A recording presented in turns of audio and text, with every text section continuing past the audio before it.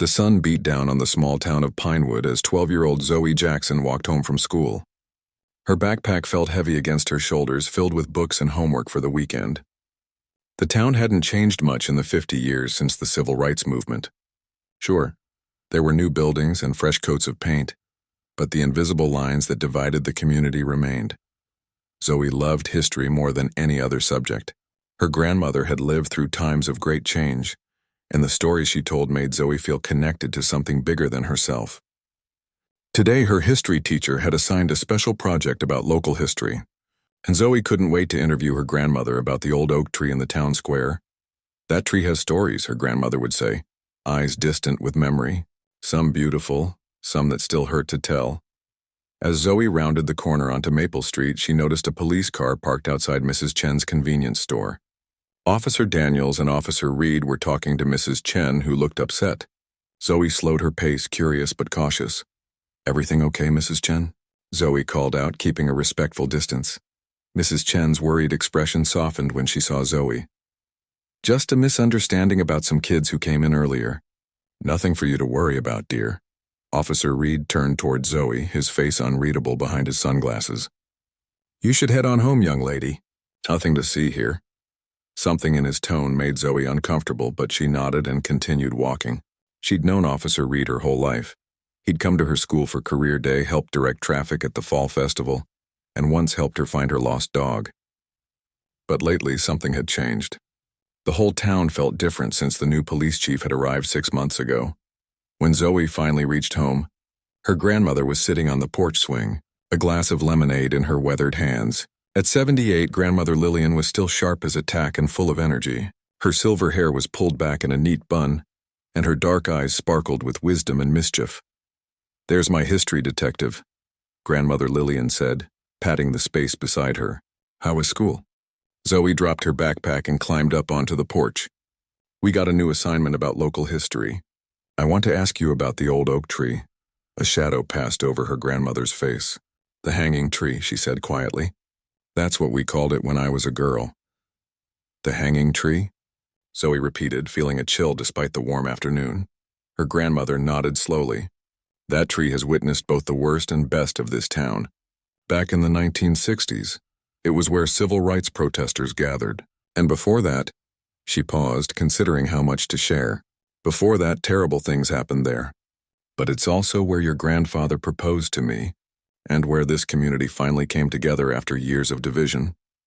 Mrs. Rivera says we need to know our history, so we don't repeat the mistakes of the past," Zoe said, recalling her teacher's words. "Mrs. Rivera is a wise woman," Grandmother Lillian replied. "Now let me tell you about that tree. But first, go get yourself some lemonade. This is going to be a long story." While Zoe was in the kitchen, the phone rang. She heard her grandmother answer it, her voice suddenly serious. When Zoe returned to the porch, Grandmother Lillian was frowning. That was Mrs. Washington from down the street. "There's trouble brewing. Chief Parker has been making changes that don't sit right with folks. 3 young men were stopped and searched yesterday for no reason.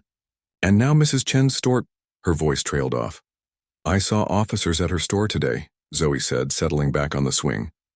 "Mrs. Chen called the community center, said they accused her of selling to minors. That store has been in her family for 20 years, and there's never been a problem before." Grandmother Lillian's mouth set in a determined line. The community meeting tonight just got more important. Zoe had heard about the meeting. Adults from her neighborhood were gathering to discuss concerns about the police department's new policies. Her parents would be attending while she stayed home with her little brother. "Can I come to the meeting?" Zoe asked. Her grandmother shook her head. "Not this time, but you can help me prepare my speech." She stood up and walked to the railing, looking out at the street. This town has come too far to go backward. Later that evening, as Zoe helped her grandmother organize her notes for the meeting, they heard a commotion outside. Looking through the window, they saw flashing lights. A police car had pulled over their neighbor, Mr. Thompson, right in front of their house. "Stay inside," Grandmother Lillian instructed as she grabbed her cane and headed for the door. But Zoe couldn't just sit there. She crept to the window and watched as her grandmother strode purposefully toward the scene, where Officer Reed was asking Mr. Thompson to step out of his car. "Evening."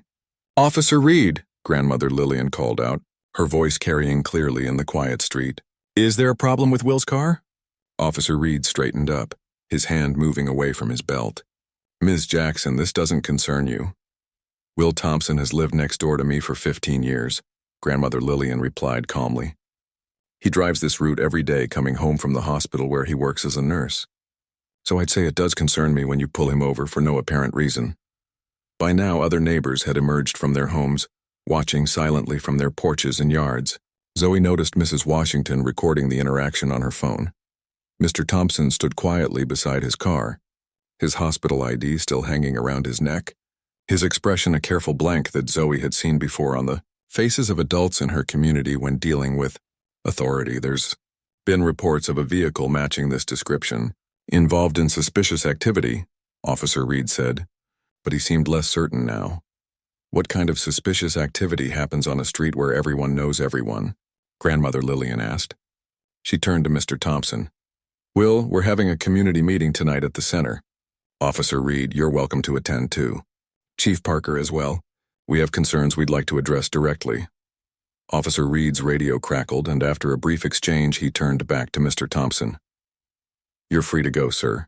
Just a routine check. As Mr. Thompson got back in his car, Grandmother Lillian stood her ground watching as Officer Reed returned to his vehicle. Only when the police car had driven away did she walk back toward the house. Zoe rushed to open the door. Grandmother, that was amazing. Her grandmother's expression was serious. That wasn't amazing, child. That was necessary. What's happening in this town isn't right, and it isn't new. It's old darkness trying to creep back in. She patted Zoe's shoulder. This is why we learn history. So we recognize the signs when old troubles try to return in new uniforms. That night, while her parents and grandmother attended the meeting, Zoe sat at her desk thinking about the oak tree, about Mrs. Chen's store, about Mr. Thompson's blank expression, and about her grandmother standing tall with her cane on the street. She pulled out her notebook and began writing everything down. This wasn't just history for a school project anymore. This was history happening right now in her town on her street. When her parents and grandmother returned home, their faces were grim but determined. The meeting had been tense.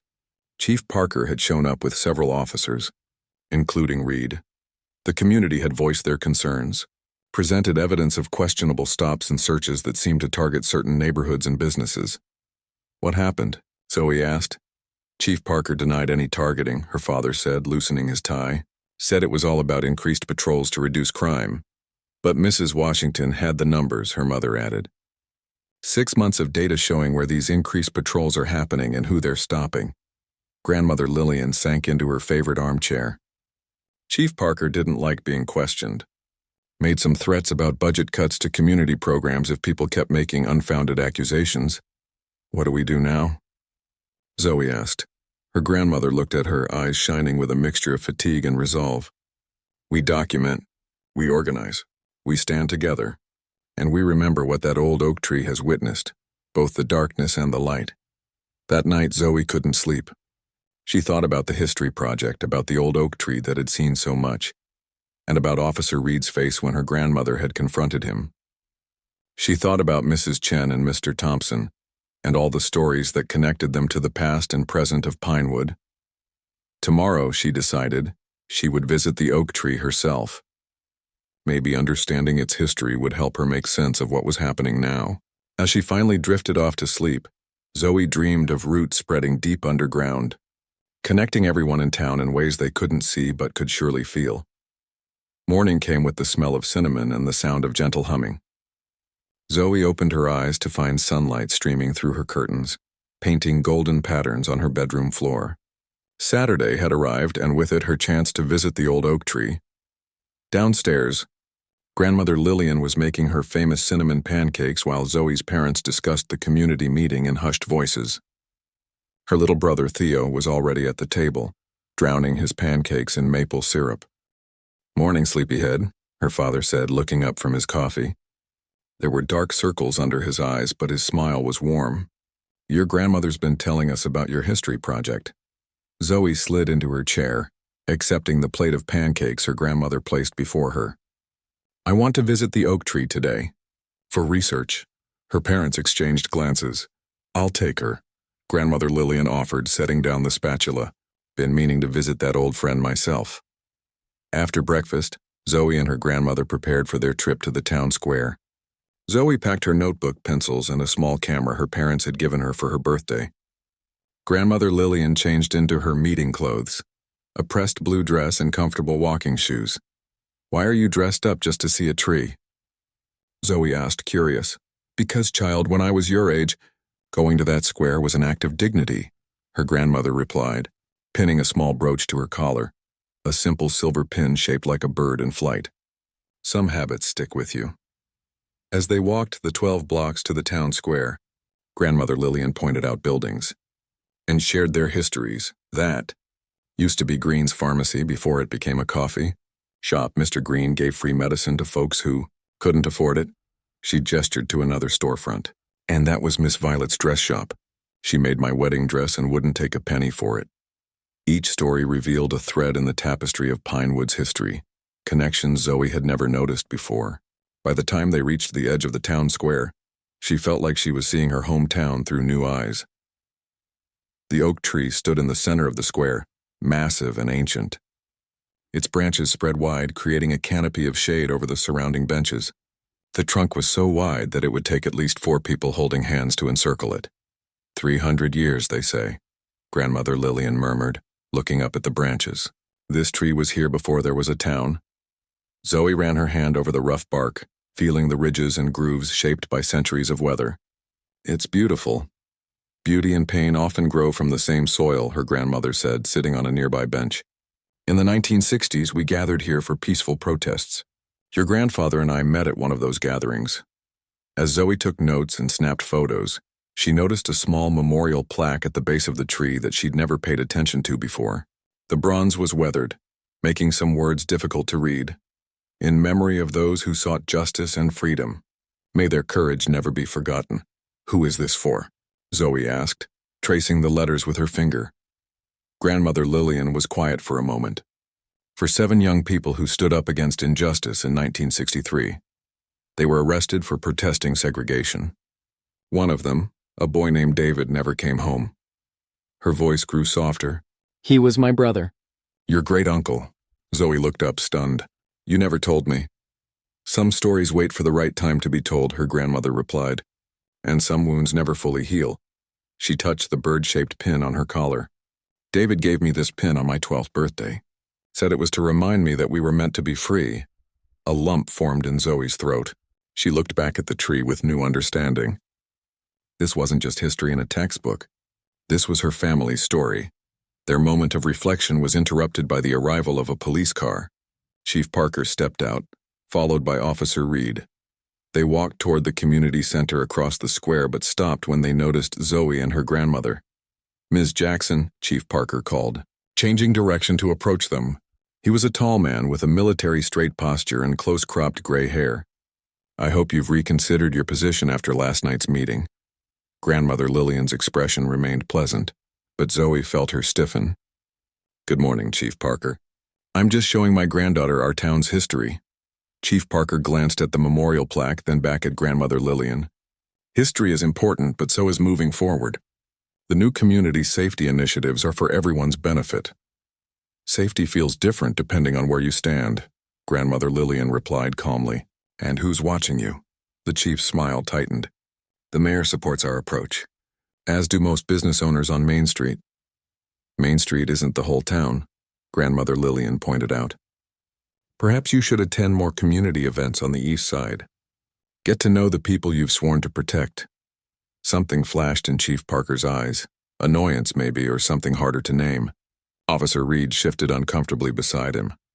"We'll be implementing the new patrol schedule starting Monday," Chief Parker said.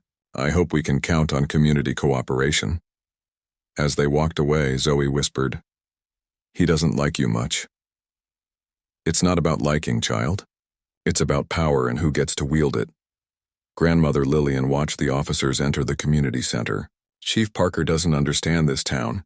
He sees everything as us versus them." Zoe thought about this as she continued taking notes. Why did they hire him if he doesn't understand the town? "That's a good question for your history project," her grandmother said. "Sometimes looking at who makes decisions tells you as much as what decisions get made." They spent another hour by the tree, with grandmother Lillian sharing stories about civil rights meetings held in its shade, community celebrations around its trunk, and how the space had transformed over decades from a place of division to one of gathering. As they were preparing to leave, Zoe noticed a group of teenagers setting up what looked like filming equipment near the gazebo on the other side of the square. One girl about 16 with bright beads in her braids waved at them. "You're Lillian Jackson, right?"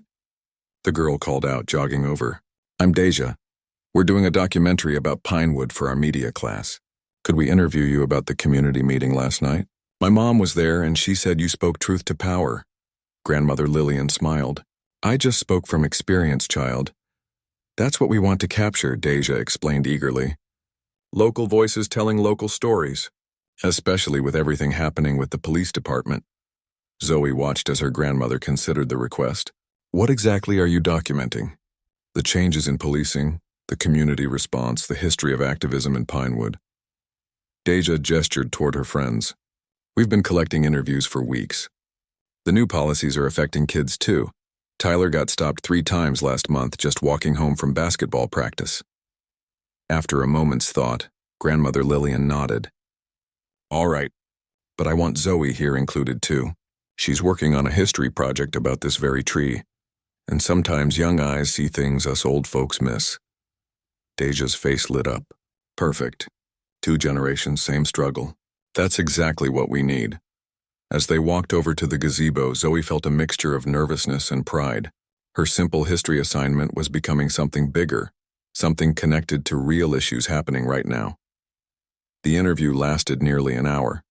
Grandmother Lillian spoke about the civil rights era in Pinewood, about the progress made and the challenges that remained. Zoe shared her observations about Officer Reed's behavior in the incident with Mr. Thompson. Deja and her friends asked thoughtful questions, recording everything. "We're putting this online next week," Deja explained as they wrapped up. "People need to see what's happening here from our perspective, not just press releases from the police department." As they headed home, Zoe noticed her grandmother was quieter than usual, her face thoughtful. "Are you worried about being in their video?" Zoe asked. "No, child. I'm thinking about courage. Those young people remind me of us back in the day. Determined to speak up, to document, to not let others control the story." She squeezed Zoe's hand. "But speaking up comes with responsibility and sometimes with risk." When they reached home, they found Mrs. Chen waiting on their porch with a plate of almond cookies. Her normally cheerful face was drawn with worry. "Lillian, I need your help," she said as soon as they approached. "They came back to the store this morning. Said they received a complaint about selling expired products. They went through everything, made a mess, scared away customers." She twisted her hands together. 30 years in this country, 20 years running that store. Never had problems until now. Grandmother Lillian invited her inside, and as they settled in the living room, Mrs. Chen explained that several other businesses owned by immigrant families had experienced similar inspections in recent weeks. "It's not random," Mrs. Chen insisted. "They're targeting us, making it hard to do business." Zoe's parents joined the conversation, and soon Mr. Thompson and Mrs. Washington arrived too. The living room became an impromptu meeting space with adults discussing strategy, while Zoe quietly took notes in the corner. "We need documentation," Mrs. Washington was saying. "Times, dates, officer names. Build a pattern. And legal help," Mr. Thompson added. "My cousin works for a civil rights law firm in the city. I'll call her tonight." As the adults talked, Zoe's mind kept returning to the oak tree, to the memorial plaque, to her great-uncle who never came home. History wasn't just in the past. It was happening right now in her living room, in her community. Later, as everyone was leaving, Deja texted Zoe a clip from their interview. Seeing herself on screen, speaking confidently about what she'd observed, gave Zoe a strange feeling, like she was both very small and somehow bigger than herself. That night, she added to her notebook, "The oak tree has roots we can't see, spreading under the whole town, connecting everything and everyone. Maybe justice works the same way." Sunday morning brought rain to Pinewood, the kind that drummed steadily on rooftops and turned the world outside into a blur of grays and greens. Zoe sat by her bedroom window, watching droplets race down the glass while adding to her notes for the history project. What had started as a simple assignment had grown into something much more personal and urgent. Her phone buzzed with a text from Deja. Video editing going well. Your grandma is amazing. Can we meet later? Zoe smiled, typing back a quick yes, before returning to her notebook. She'd filled nearly 20 pages since Friday. Observations, questions, family stories she'd never heard before. The oak tree now stood in her mind as something more than just a landmark. It was a witness, a survivor, a symbol of both pain and hope. Downstairs, she could hear her parents and grandmother talking in low, serious voices. The community meeting from Friday night had sparked something. Phone calls, text messages, neighbors dropping by with concerned faces. Zoe knew enough to understand that grown-ups were worried, but not enough to know exactly what they feared. When she finally went downstairs, she found her father on the phone while her mother and grandmother sat at the kitchen table surrounded by papers. "Morning, sleepyhead," her mother said, pushing a plate of toast toward her. "Sleep well?" Zoe nodded, grabbing a piece of toast. "What's all this?"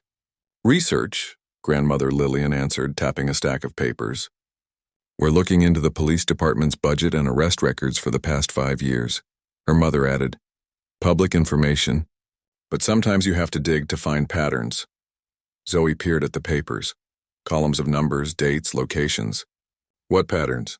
Grandmother Lillian pointed to a map of Pinewood with colored pins stuck in various locations. Blue pins are traffic stops, red pins are arrests, yellow pins are what they call investigative contacts.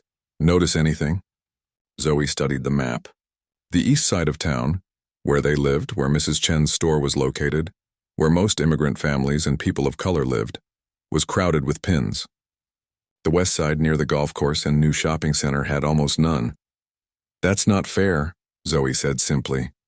"No, it's not," her grandmother agreed, "and it's gotten worse since Chief Parker took over 6 months ago. The question is, what are we going to do about it?" Her father hung up the phone and joined them at the table. That was Anthony from the city council.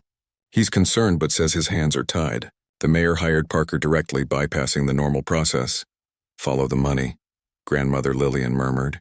"Someone benefits from this situation, and I doubt it's the people getting harassed." The doorbell rang, interrupting their conversation. Zoe's mother went to answer it, returning moments later with Mrs. Washington and a tall woman Zoe didn't recognize. "This is my cousin Vanessa," Mr. Thompson said, following behind them. "The lawyer I mentioned." Vanessa wore a neat gray suit despite it being Sunday and carried a leather portfolio case. She had the same kind, steady eyes as Mr. Thompson, but her handshake was firmer, her gaze more direct. "Thank you for meeting on such short notice," she said, settling at the table when invited. "What Will has described sounds like a clear pattern of discriminatory policing. I'd like to hear more details." For the next hour, Zoe sat quietly in the corner of the kitchen as the adults shared stories and evidence. Mrs. Washington had videos of police stops that seemed to have no cause. Mr. Thompson described being pulled over 3 times in 2 weeks. Mrs. Chen, who arrived midway through the meeting, brought security footage from her store showing how officers had deliberately disorganized her inventory during their inspection. Vanessa took careful notes, occasionally asking questions or requesting clarification. When everyone had spoken, she looked up from her notepad. "You have the beginning of a strong case for a civil rights complaint," she said, "but we need more documentation, more witnesses willing to come forward." "People are scared," Mrs. Washington pointed out.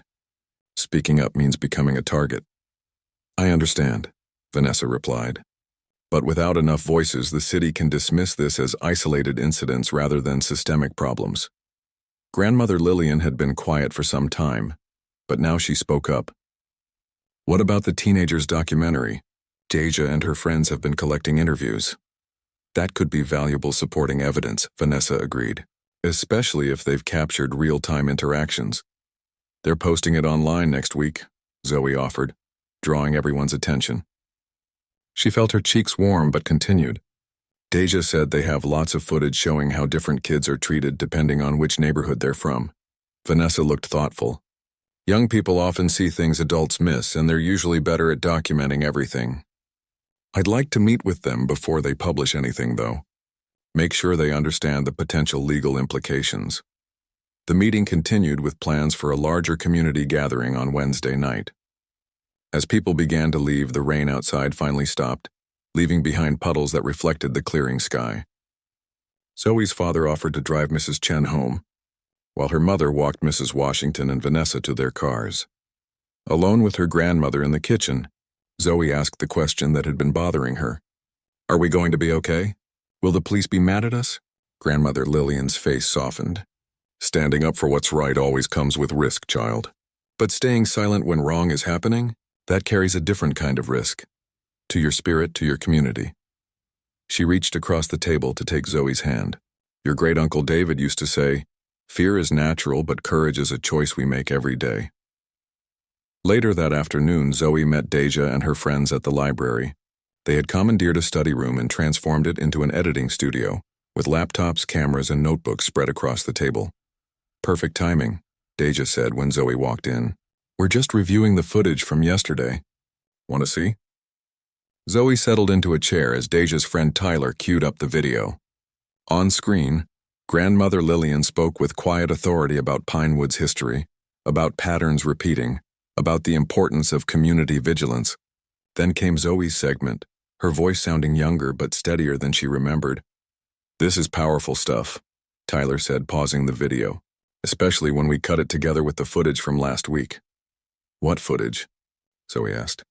Deja glanced at the door before opening another file on her laptop.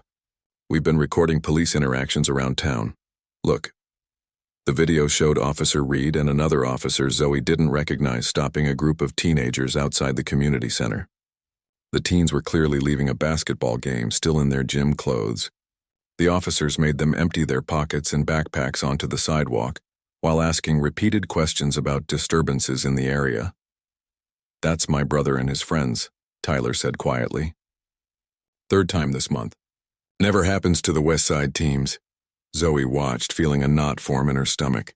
The teenagers in the video were respectful despite their obvious frustration, keeping their hands visible, answering questions calmly.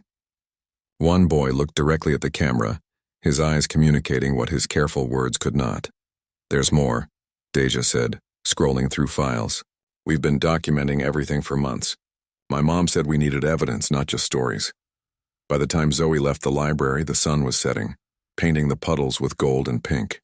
Her mind was full of everything she'd seen. The map with its telling pattern of pins, the security footage from Mrs. Chen's store, the videos of teenagers being stopped for simply existing in public spaces. She took a detour on her way home, walking past the town square to see the oak tree again. In the fading light, its massive silhouette looked both protective and solemn. Zoe touched its rough bark, wondering how many hands had done the same over the centuries, how many stories this silent witness had absorbed. A police car drove slowly around the square, and Zoe instinctively stepped deeper into the tree's shadow. The car paused near the gazebo where she'd been interviewed yesterday, then continued on its route. Something about that deliberate pause made Zoe's heart beat faster. She waited until the car disappeared around the corner before hurrying home. Monday morning brought a fresh wave of tension to Pinewood.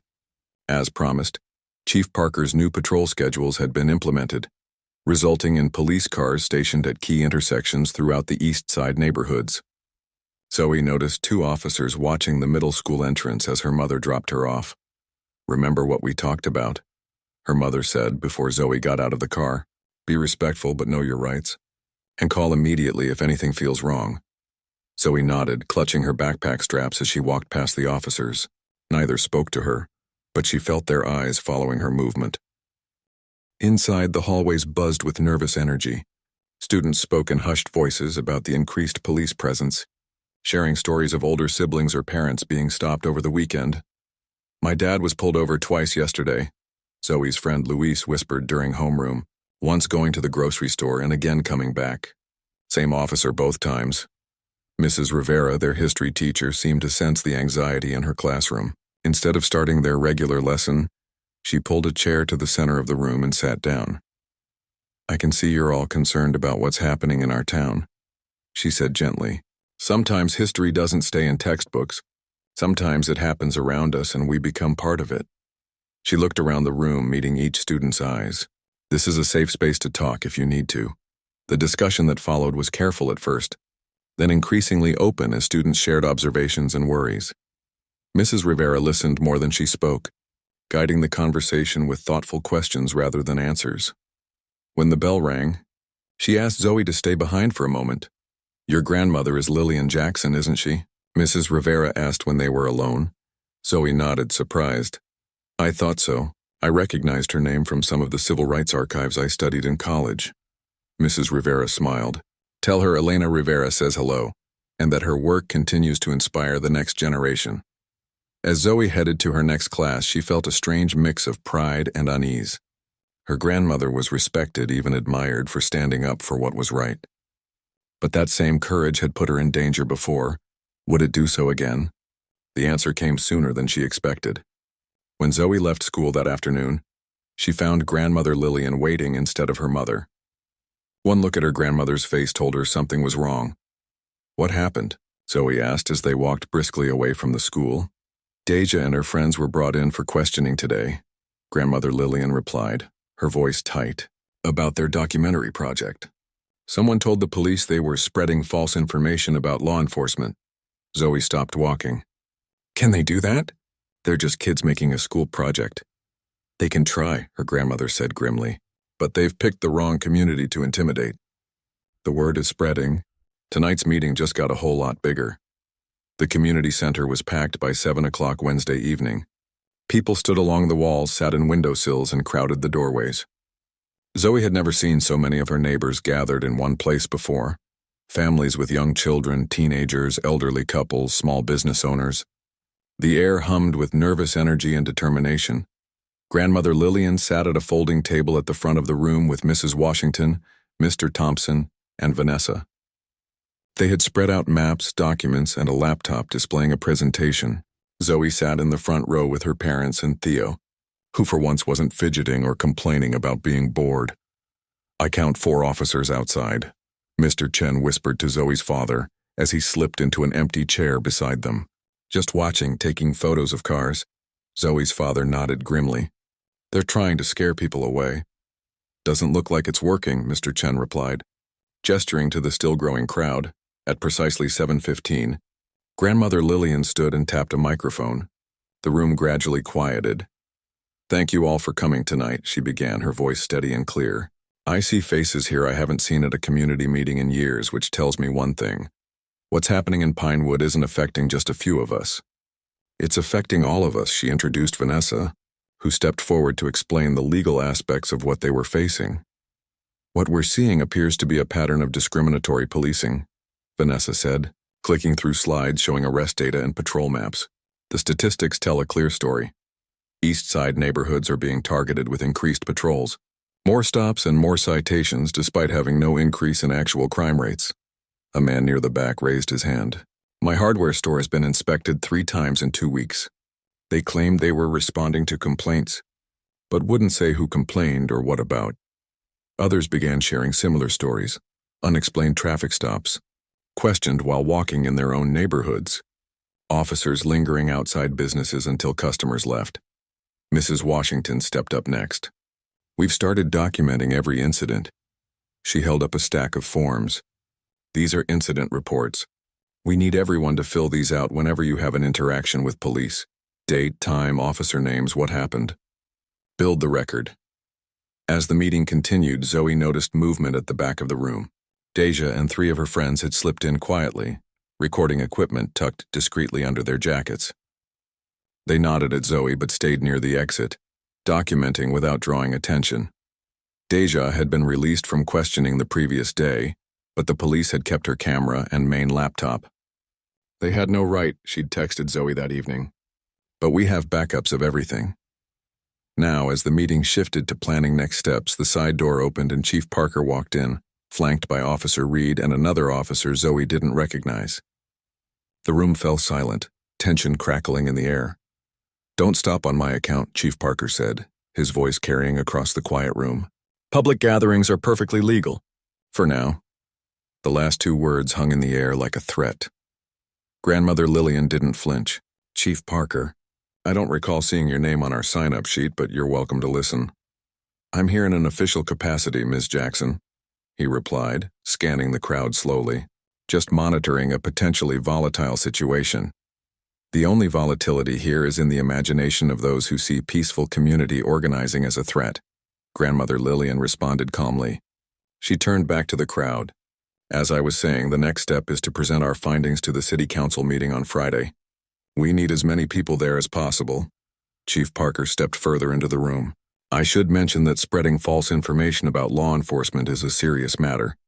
Some of you may want to consider the consequences before proceeding with whatever this is.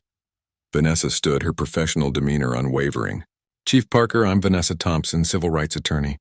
Are you threatening citizens who are exercising their constitutional rights to peaceful assembly and petition of government? The chief's smile didn't reach his eyes. Just stating facts, counselor. No threats necessary. His gaze swept the room again, lingering briefly on Deja and her friends, then on Zoe. She felt a chill run through her but held his gaze, thinking of her great-uncle David and the courage it took to stand up when it would be easier to look away. We'll be increasing patrols around the community center, Chief Parker continued. For everyone's safety, of course. With that, he and the officers left as suddenly as they had appeared. The room remained silent for several seconds after the door closed behind them. It was Mrs. Chen who finally spoke, rising from her seat with tears in her eyes but determination in her voice. This is why we must continue. My parents came to this country believing in freedom and justice. I will not let my children and grandchildren grow up in fear. The meeting resumed with renewed purpose. Plans were made for the city council presentation, committees formed to gather more documentation, and a phone tree established to alert the community to any incidents. As people began to leave, moving in groups for safety, Deja pulled Zoe aside. We're releasing the documentary tonight, she whispered. Posting it everywhere, YouTube, Instagram, TikTok. They tried to shut us down, but that just proves we're onto something important. Is that safe? Zoe asked, concerned. Safer than staying quiet, Deja replied. My uncle works for the city newspaper in Riverside. He's going to help spread it beyond Pinewood. Once it's out there, they can't put it back in the box. Later that night, Zoe sat with her family around their living room computer as the documentary went live. Titled Pinewood Divided, A Community Under Watch, it opened with historical footage of the town, including black and white photos of the old oak tree, then transitioned to present-day scenes showing the stark contrast between how different neighborhoods were policed. The interviews were powerful. Business owners describing harassment disguised as inspections, teenagers recounting being stopped and searched while walking home from school, elderly residents drawing parallels to the segregation era they had lived through. Interspersed were statistics, patrol maps, and clips of actual police interactions, many filmed discreetly by students. Grandmother Lillian's interview served as the backbone of the narrative, providing historical context and moral clarity. And there was Zoe, speaking with a confidence she hadn't known she possessed about what she had witnessed and learned. The final scene returned to the oak tree, with Deja's voiceover. This tree has seen Pinewood at its worst and at its best. It has witnessed division and unity, injustice and courage. The roots of our problems run deep, but so do the roots of our community's strength. Within an hour of posting, the video had hundreds of views and was being shared rapidly. Comments poured in, some from Pinewood residents adding their own stories, others from neighboring towns reporting similar patterns. By midnight, a local news station had picked it up, and a reporter had reached out to Grandmother Lillian for an interview. It's happening so fast, Zoe's mother said, refreshing the page to see the view count climbing. Truth has a way of finding daylight, Grandmother Lillian replied, squeezing Zoe's shoulder. Now we prepare for the response. The response came at dawn. Zoe was awakened by urgent knocking at their front door. She crept to the top of the stairs to see Mr. Thompson standing in the entryway, his face grim. They arrested Deja and Tyler this morning, he said without preamble. Charged them with interfering with police operations and unauthorized recording of officers. They're minors, Zoe's father protested. They can't just... They did, Mr. Thompson cut in. They're holding them at the station. Vanessa's on her way from the city, but it'll be hours before she gets here. Grandmother Lillian was already reaching for her coat. We need to get down there, now. And call everyone, Mrs. Washington, the Chens, everyone from last night's meeting. They need to see that these children aren't alone. As her parents and grandmother prepared to leave, Zoe slipped back into her room and pulled out her notebook. With shaking hands, she wrote down everything she'd just heard, adding it to her growing record of events. Then she made a decision. Grabbing her backpack, she removed her history project notes and began rewriting them into something new. Not just an assignment about a tree in the past, but a first-hand account of history unfolding around her. At the top of the first page, she wrote, "The Oak Tree Testimony. What I Witnessed in Pinewood, 2025. By the time her parents realized she wasn't in her room, Zoe had already left through the back door. She had one destination in mind, Mrs. Rivera's classroom. If anyone would understand what she was trying to do, it would be her history teacher. The school was mostly empty this early, with just a few teachers preparing for the day. Mrs. Rivera looked up in surprise when Zoe appeared in her doorway, breathless and clutching her notebook. "Zoe, what are you doing here so early?" "They arrested Deja and Tyler for making the documentary," Zoe blurted out. "And I need your help." Mrs. Rivera's expression shifted from confusion to concern. She closed her classroom door and guided Zoe to a seat. "Tell me everything." Zoe explained what had happened. The documentary release, the swift arrests, the community mobilizing in response. Then she showed Mrs. Rivera her notebook. "This isn't just a history project anymore," Zoe said. "It's evidence, and I think the oak tree is key somehow." Mrs. Rivera studied the notebook pages carefully. "What do you mean?" "The tree connects everything, past and present. My great-uncle who disappeared after being arrested for protesting. The memorial plaque. Chief Parker's interest in controlling that space." Zoe leaned forward earnestly. "I think there's something about that tree that matters to what's happening now." Mrs. Rivera was quiet for a moment, thinking. Then she opened her desk drawer and pulled out a small, worn book. "This is the original town charter from 1892, she said. "It was rewritten after the Civil Rights era, but I found this copy in a library archive for my doctoral research." She flipped through the yellowed pages until she found what she was looking for. Here, the section on town governance. The charter specifically mentions the oak tree as the site where town officials must take their oath of office, binding them to serve all citizens equally. "So it's legally important?" Zoe asked, trying to understand. "More than that. It's symbolically powerful." Mrs. Rivera closed the book carefully. "That tree represents the heart of Pinewood's identity, both its troubled past and its aspirations for justice. Controlling the narrative around that symbol means controlling the town's understanding of itself." Zoe's mind raced with this new information. That's why Chief Parker showed up when we were there. Why he watches that space so carefully.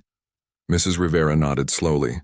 Symbols have power, and those who understand that power can use it, for control or for liberation.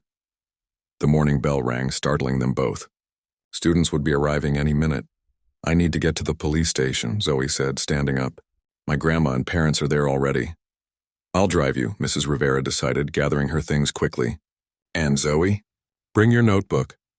Your testimony matters." As they hurried to the parking lot, Zoe looked toward the town square in the distance, where the oak tree stood tall against the morning sky. For generations, it had witnessed the struggle for justice in Pinewood. Now it would witness one more chapter, and this time Zoe was determined to help write the ending. The police station parking lot was already filled with cars when Mrs. Rivera pulled up. A crowd had gathered on the sidewalk. Parents, neighbors, students from the high school. Some held handmade signs. "Free Deja and Tyler," and "Student journalists have rights," and "Pinewood demands justice." Zoe spotted her grandmother standing near the entrance with her parents, Mr. and Mrs. Chen, and several other community leaders. Vanessa had arrived faster than expected and was speaking with an officer at the door. Her professional demeanor belied only by the tight grip on her briefcase. "There's my granddaughter," Grandmother Lillian called when she saw Zoe approaching with Mrs. Rivera. "And Elena." "Thank goodness." Mrs. Rivera greeted Grandmother Lillian with a warm hug. "When Zoe came to my classroom this morning, I knew I needed to be here." "How are Deja and Tyler?" "Still inside," Zoe's father answered, his face drawn with worry. "They won't let anyone see them except Vanessa, and even she's having to fight for access." The crowd continued to grow, with cars honking in support as they drove past. Someone had brought a small speaker system, and the local radio station was broadcasting live from the scene. Zoe realized with a mixture of pride and nervousness that what was happening in Pinewood wasn't just a local story anymore. "The documentary has over 50,000 views," Mrs. Washington reported, looking up from her phone. "It's being shared by civil rights groups across the country. Pinewood Divided is trending." A murmur ran through the crowd as two news vans pulled up. reporters and camera crews climbing out. One of the reporters recognized Grandmother Lillian and headed straight for her with a microphone. "Ms. Jackson, can you tell us why these minors were arrested and what connection this has to allegations of discriminatory policing in Pinewood?" Before Grandmother Lillian could answer, the station doors opened and Chief Parker emerged, flanked by several officers. His face hardened when he saw the size of the gathering, the news cameras, the signs. "This is an unauthorized assembly," he announced, his voice carrying across the suddenly quiet crowd. "You're blocking access to a public building. Disperse immediately or face arrest." Vanessa stepped forward, positioning herself between the chief and the crowd. "This is a peaceful demonstration on public property, which is protected by the First Amendment. These citizens are well within their rights to be here." The chief's jaw tightened. "There's a difference between peaceful demonstration and obstruction of justice. Counselor, the only obstruction of justice happening in Pinewood is the targeting of minors for exercising their free speech rights," Vanessa countered calmly. "Now, will you release Deja Williams and Tyler Chen to their parents, or shall we continue this conversation with the Federal Civil Rights Division? They're quite interested in what's happening here." A tense silence followed as Chief Parker surveyed the crowd, the news cameras, the growing number of cars slowing to watch. Finally, he turned to Officer Reed. "Process their release. Supervise community service until their hearing." 20 minutes later, Deja and Tyler emerged from the station, looking tired but defiant. Their parents rushed forward to embrace them as the crowd cheered. Deja caught Zoe's eye over her mother's shoulder and gave a small, determined nod. The gathering evolved into an impromptu community meeting right there on the police station lawn. Vanessa explained the legal situation while Mrs. Washington organized teams to accompany families to the upcoming city council meeting. Through it all, Zoe observed the officers watching from inside, their expressions ranging from uncomfortable to openly hostile. Only Officer Reed seemed different. Standing slightly apart, his face troubled as he listened to the community's stories and concerns. Once he caught Zoe looking at him and quickly glanced away, but not before she saw something like recognition or perhaps doubt in his eyes. As the crowd began to disperse, Mrs. Rivera approached Zoe with a thoughtful expression. "You mentioned wanting to understand the connection between past and present, between the oak tree and what's happening now. I have an idea, but I'll need your help." The plan came together quickly. Mrs. Rivera had access to the town's historical archives through her research position at the community college. With help from Deja, Tyler, and several other students, they would dig through records, photographs, and newspaper articles to piece together Pinewood's full history, especially the parts that had been conveniently forgotten or rewritten over time. "The city council meeting is tomorrow evening," Mrs. Rivera said as they gathered in her classroom after school. "We need to have everything ready by then." They worked through the afternoon and into the evening, ordering pizza when hunger struck and coffee when energy flagged. The story they uncovered was more complex and troubling than even Grandmother Lillian had known. "Look at this," Tyler called out around 9 o'clock, holding up a brittle newspaper from 1963. It mentions 7 young protesters being arrested for disturbing the peace at a